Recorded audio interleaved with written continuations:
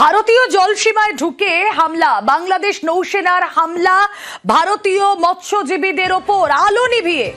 আলো নিভিয়ে জলসীমায় বাংলাদেশ নেভির জাহাজ। এই ঘটনা কিন্তু আগে কখনো কোনোদিন কিন্তু এই ঘটনা ঘটেনি। ভারতকে এবার ভারতের ভাষায় জবাব দিতে শুরু করেছে বাংলাদেশ। এতদিন নদী থেকে শুরু করে বাংলাদেশ সীমান্তে একক আধিপত্য বিস্তার করে গিয়েছে ভারত। সীমান্তে বাংলাদেশের কৃষক, এমনকি জেলেদের পাখির মতো গুলি করে হত্যা করেছে ভারতীয় বিএসএফ জওয়ানরা। সীমান্তের কাঁটাতারে ফেলানির ঝুলন্ত লাশের ছবি আমরা কেউ ভুলিনি।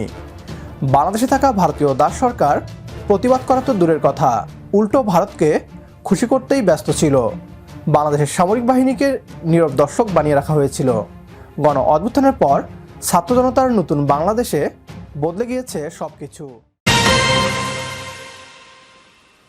ভারতীয় জলসীমায় ঢুকে হামলা, বাংলাদেশ নৌসেনার হামলা ভারতীয় মৎস্যজীবীদের ওপর।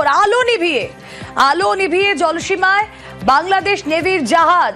বাংলাদেশ নেভির জাহাজের ধাক্কায় ডুবলো ভারতীয় ট্রলার। ভারতীয় ট্রলারে 16 জন মৎস্যজীবী ছিলেন। সরাসরি চলে যাব, বিশ্বজিৎ হালদার প্রতিনিধি রয়েছেন সঙ্গে। বিশ্বজিৎ, বেশ কয়েকজন মৎস্যজীবী এখনো নিখোঁজ, তাদের কোনো খোঁজ পাওয়া গেল কি এখনো পর্যন্ত, কি খবর সূত্রে?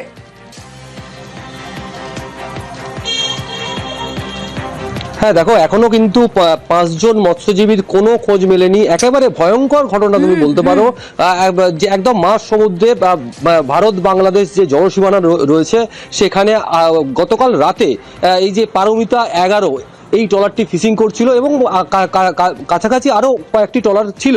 সেই সময় হঠাৎই একদম অতর্কিতভাবে একদম জাহাজের আলো নিভিয়ে বাংলাদেশি যে নেভি একেবারে সজোরে ধাক্কা মারে। একদম হঠাৎই ধাক্কা আওয়াজ, বিকট শব্দ, এবং তারপর যে ট্রলারের যে সমস্ত মৎস্যজীবী ছিলেন একেবারে তারা জলে ভাসতে থাকে। ট্রলারটি সেই জায়গাতেই কিন্তু ডুবে গিয়েছে। এখনও পর্যন্ত সেই ট্রলারের কোনো হদিস কিন্তু পাওয়া যায়নি এবং তারা জলে ভাসছিলেন। কাছাকাছি যে সমস্ত ট্রলার ছিল তারা জিনিসটা দেখতে পায় এবং তারা গিয়ে কিন্তু ওই 11 জন মৎস্যজীবীকে খুঁজে পেলেও এখনও 5 জন মৎস্যজীবী কিন্তু নিখোঁজ রয়েছে। তাদের খোঁজ করার জন্য ইতিমধ্যেই যে ভারতীয় উপকূল রক্ষী বাহিনী তাদের 2টো জাহাজ এবং একটি ওভারক্রাফট কিন্তু ঘটনাস্থলে গিয়েছে বলে আমরা খবর পাচ্ছি। যদিও এই মুহূর্তে যেটা খবর পাওয়া যাচ্ছে 11 জনকে কিন্তু আজকের রাতেই তাদেরকে কিন্তু নিয়ে আসা হবে তাদের এবং কাকদ্বীপ হাসপাতালে তাদেরকে চিকিৎসা করা হবে, এমনটাই আমরা খবর পাওয়া যাচ্ছি।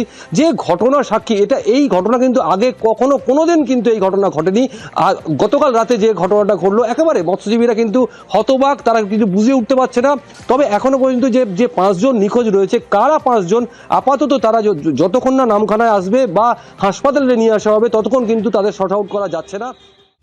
সীমান্তে ভারতীয় বিএসএফ এবং নদীতে ভারতীয় জেলেদের দাদাগিরির দিন শেষ হয়েছে। এবার বাংলাদেশ অতীতের সকল অন্যায় অত্যাচারের প্রতিশোধ নিবে। ভারতের সাথে ঠিক এমন আচরণই করা হবে যেমনটা তারা বাংলাদেশের সাথে করে এসেছে। বঙ্গোপসাগরকে এতদিন বাপদাদার সম্পত্তির মতো ব্যবহার করে এসেছে ভারত। বাংলাদেশের মৎস্য সম্পদ থেকে শুরু করে গ্যাস, সব কিছুই ভারত ও মিয়ানমার চুরি করেছে এতদিন। এবার নতুন বাংলাদেশ সেই বদলা নিচ্ছে। ভারতের সাথে বাংলাদেশ বন্ধুর মতো আচরণ করলেও ভারত কোনোদিন তা করেনি। এবার থেকে যা হবে প্রতি জবাব দিবে বাংলাদেশও। বাংলাদেশের কোস্টগার্ডকে সমর্থন করলে কমেন্ট বক্সে ইয়েস লিখে জানিয়ে দিন আমাদের। সেই সাথে ভিডিও শেয়ার করে দেখার সুযোগ করে দিন আপনার বন্ধুদের। পরবর্তী ভিডিও দেখার আমন্ত্রণ জানিয়ে বিদায় নিচ্ছি আজ। আল্লাহ হাফেজ।